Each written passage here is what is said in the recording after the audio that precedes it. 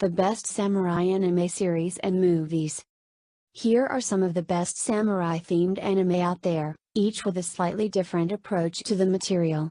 Some of these samurai anime series are comedy while others are more dramatic and even tragic. Did your favorite samurai anime series make the list? 1. Basilisk. Futaro Yamada, one of Japan's most prolific 20th century authors, fused martial arts action with supernatural fantasy and even a dash of science fiction for his many ninja-themed novels. The Kouga Ninja Scrolls, 1958-9, was his take on Romeo and Juliet, as filtered through the ninja versus ninja intrigue of the early 16th century. It's been fodder for other adaptations before, but none as striking as this, itself an adaptation of Masaaki Sagawa's gruesome manga creation. The star-crossed lovers. Here are the scions of two feuding ninja clans, Kouga and Ige, both of whom sport spectacular powers but at the cost of being shunned by society as a whole. It's violent, stylized, and spectacular, but also features a remarkably heartfelt story undercutting and giving weight to everything that happens. 2. Blade of the Immortal. Scarred swordsman Manji is virtually unkillable thanks to a curse placed on him by a mysterious old hag. He must slay 1,000 evil men before he can once again have the privilege of dying.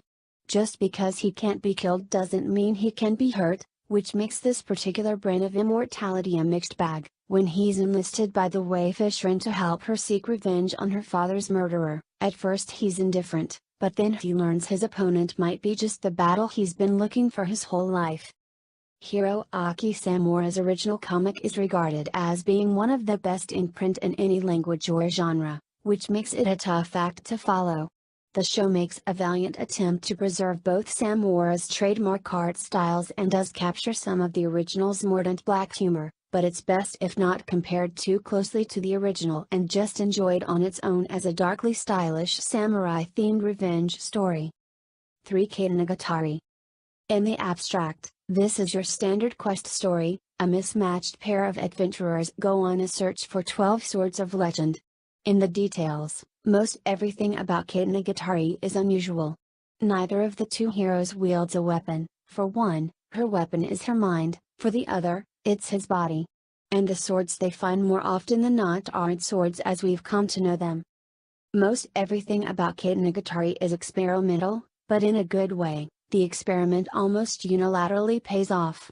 The story's adapted from prolific Japanese pop novelist Nisia Aizen's novel cycle of the same name and grows from a mere frivolity into something wider and deeper.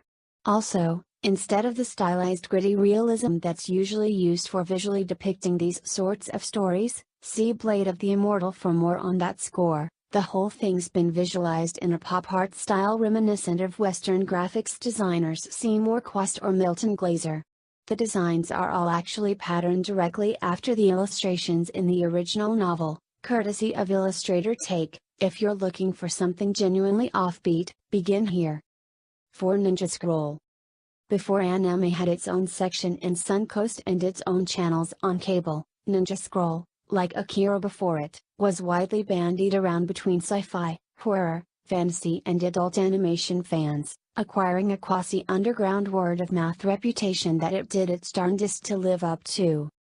The convoluted plot can be boiled down to one sentence: badass swordsman Kabagami Jubai meets one outlandish enemy after another and duels them to the death.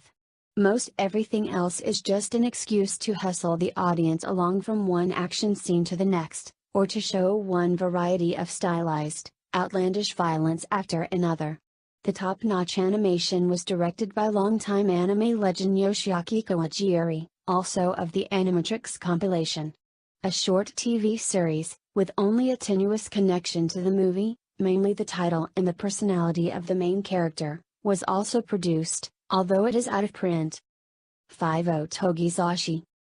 A magnificent show that doesn't get nearly enough attention. Otogi Sachi flashes back to an era Japan, the 1100s, when a decadent aristocracy was losing out to the rising warrior class.